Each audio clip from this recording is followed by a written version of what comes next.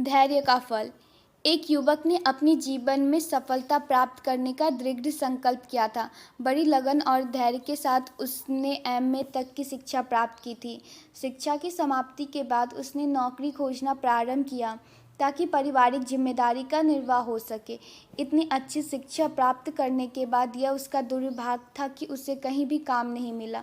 नौकरी की तलाश में जगह जगह भटकता, खूब प्रयास किए, किंतु हर स्थान से उसे निराशा ही प्राप्त होती थी।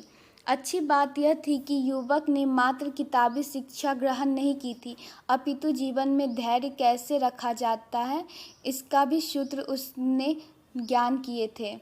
आशावादी बनकर वह हर परिस्थिति का सामना करने लगा और उसकी खोज लगातार जारी रही। इस कार्य में उसका आत्मविश्वास उसे बल देता।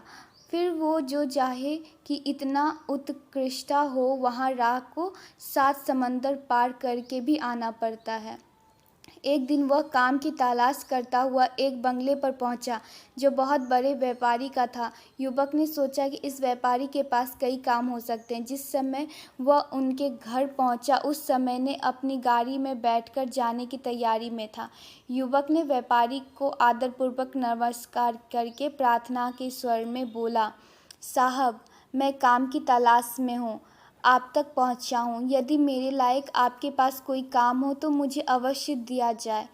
मैं एमए पास हूँ। सेठ ने एक गहरी दृष्टि युवक पर डाली और उसकी उत्कंठ व मजबूरी का एहसास करते हुए बोले, एक काम करो, ये जो सामने पत्थर का ढेर पड़ा है इन्हें उठाकर इसी बगीचे के दूसरे कोने में रख दो।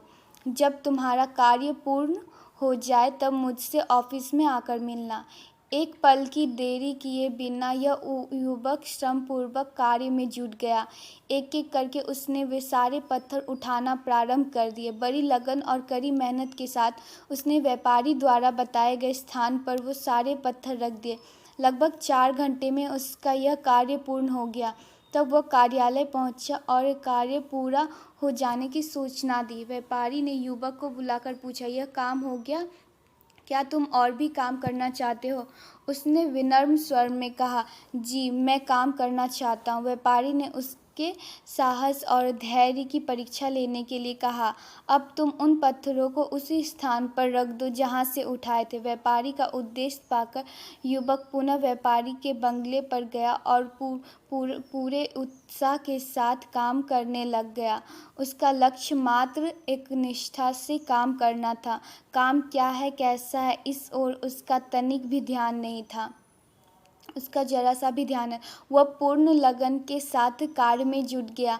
शाम तक वह काम पूरा हुआ और वह फिर से ऑफिस पहुंचा। व्यापारी ने मुस्कुराते हुए कहा, यदि और काम करना चाहते हो तो कल आ जाना। इतना कहकर व्यापारी ने उसे 100 रुपये दिए। दूसरे दिन भी ठीक वही कहानी दोहराई गई। आज भी युवक को उन्होंने वही काम बताया और उसने उसी धीरज से काम पूरा किया। चाहे काम का कोई सिर पैर उसे समझ में नहीं आ रहा था, फिर भी वह प्रसन्नतापूर्वक परिश्रम करता रहा। संध्या काल व्यापारी ने पूछा, क्या आप काम करना चाहते हो?